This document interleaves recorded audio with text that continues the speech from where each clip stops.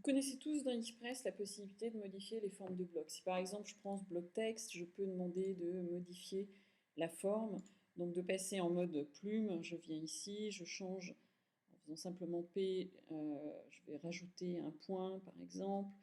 Je vais du coup modifier mon point, voilà, comme ça, modifier mon bloc.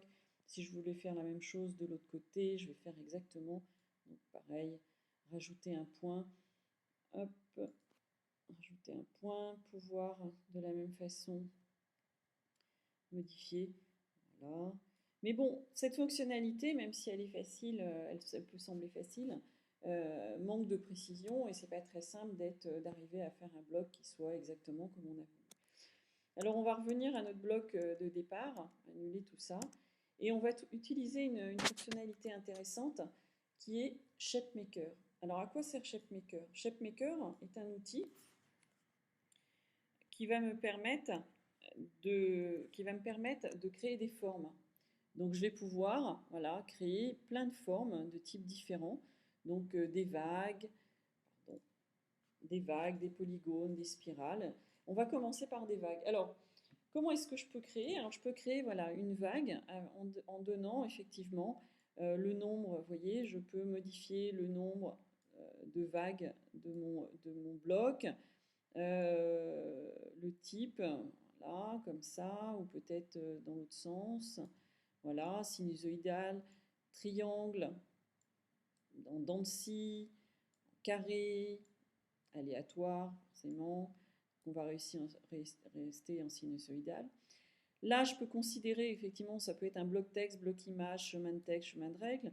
Si je clique ici, ça va directement s'associer à ce bloc puisqu'il est sélectionné, ce qui est plutôt intéressant. Vous voyez que j'ai effectivement une vague d'un côté, alors ça je peux avoir un autre type de vague 1, vague 2, voilà, une vague d'un côté, un plat, une vague. Je garde les vagues parallèles ou pas, j'augmente un petit peu, je peux augmenter l'amplitude si j'ai envie, et je dis OK. Automatiquement, il m'a créé ma vague, modifié mon texte. Donc là, c'est vraiment intéressant parce que du coup, j'ai fait d'un seul coup un bloc correct qui, vous voyez, les deux vagues sont bien parallèles, etc. Donc c'est beaucoup plus rapide. Alors je peux faire beaucoup d'autres choses avec ShapeMaker. On va par exemple rajouter un nouveau bloc. On va créer une étoile. Alors j'ai plein de choses, c'est pareil. Je vais pouvoir faire voilà, des polygones, des étoiles, des polygrammes, spirogrammes, etc. Nous, on va faire une étoile avec, vous voyez, des types de... hop, voilà. Pourquoi pas une fleur, convexe, concave. Pourquoi plutôt faire une fleur? Je vais pouvoir être... mes points peuvent être aléatoires. On va revenir sur...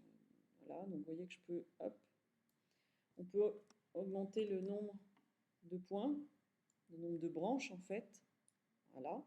Et comme tout à l'heure, je peux dire que c'est un bloc texte, un bloc image ou un bloc néant.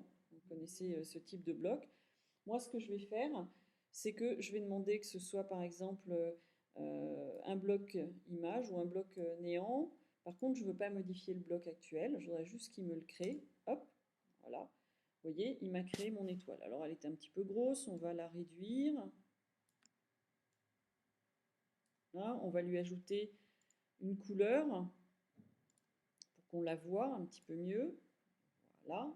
Et même si je veux la modifier à nouveau, il suffit juste qu'elle soit sélectionnée, puisqu'il suffit juste que je coche ici. En fait, je voudrais qu'elle soit, voilà.